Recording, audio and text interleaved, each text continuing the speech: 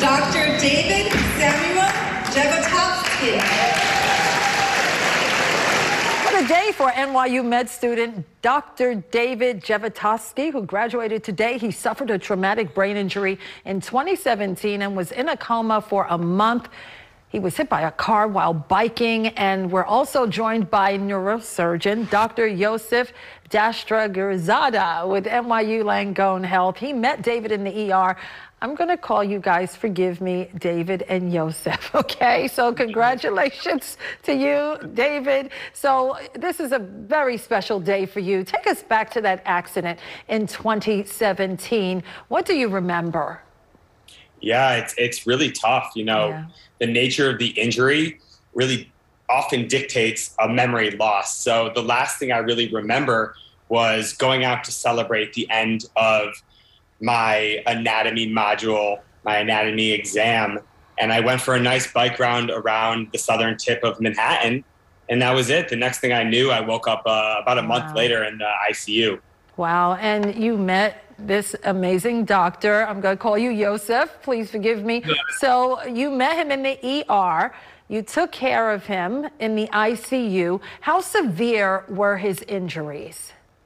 Yeah, so I met David in September. I was 3 months into my intern year. So David, they notified me in the emergency room that a young man had suffered a severe traumatic brain injury, and he had multiple skull fractures. He had multiple hemorrhages in different compartments. He also had injury to the spleen. So it wasn't only just the brain. He had suffered a pretty significant injury. Wow. And David, you look good as new. How are you today? You know, I feel good as new. I feel better than I was before, honestly. Wow. And take me to walking across that stage today during your graduation. Yeah, it was certainly a big moment for myself and for my family as well as my friends, and I think some members of the administration as well. There was a time, of course, in 2017 that no one thought that I was going to get to that point, let alone take another breath or another step in my life. So it was really monumental, and I'm really honored to get to this point. I'm very lucky to be supported by all these people to help me get here. Yeah, and you have a lot of support. You are now friends with Yosef. You guys are no longer doctor-patient or colleagues. You're actually buddies. And Yosef, would you call this a miraculous recovery? Oh, absolutely. Really? There's obviously a spectrum of traumatic brain injury. And given his imaging and how severe his injuries were, this is a pretty impressive outcome. And my favorite part of the job is forming relationships with the patients. But David was asleep for 30 days, so I formed a really close relationship with his parents and his family. So this will always be a hallmark case for me and pushing me to continue my career. Yeah, and David, I'm sure this has been life-changing for you because now you have changed your focus as you start to practice medicine, right? Now you're going into rehab medicine?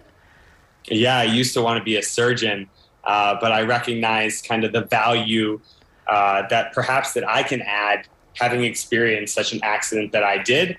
And I think it's a fantastic use of my past experience, my lived experience, as well as combining that with my interests in neuromuscular skeletal care moving forward. Yeah.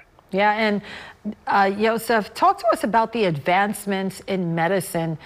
20 years ago, would we have seen the same outcome? So much technology has helped patients improve their chances when they suffer traumatic brain injuries like this, correct? It's a great question, Cheryl. Actually, from a traumatic brain injury standpoint, we haven't had too many advancements that we use in the hospital. In the realm of neurosurgery, thankfully, in the realm of brain tumors and epilepsy and things, we've definitely come a long way.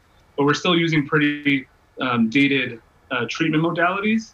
David will probably learn about it in his rehab residency, but there are novel, potentially helpful therapeutic modalities that are being investigated.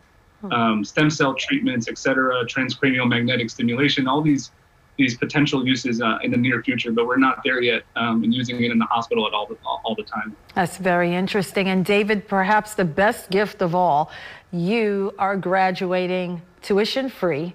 You don't have medical school debt because of the new program that started. You're part of that first class, right?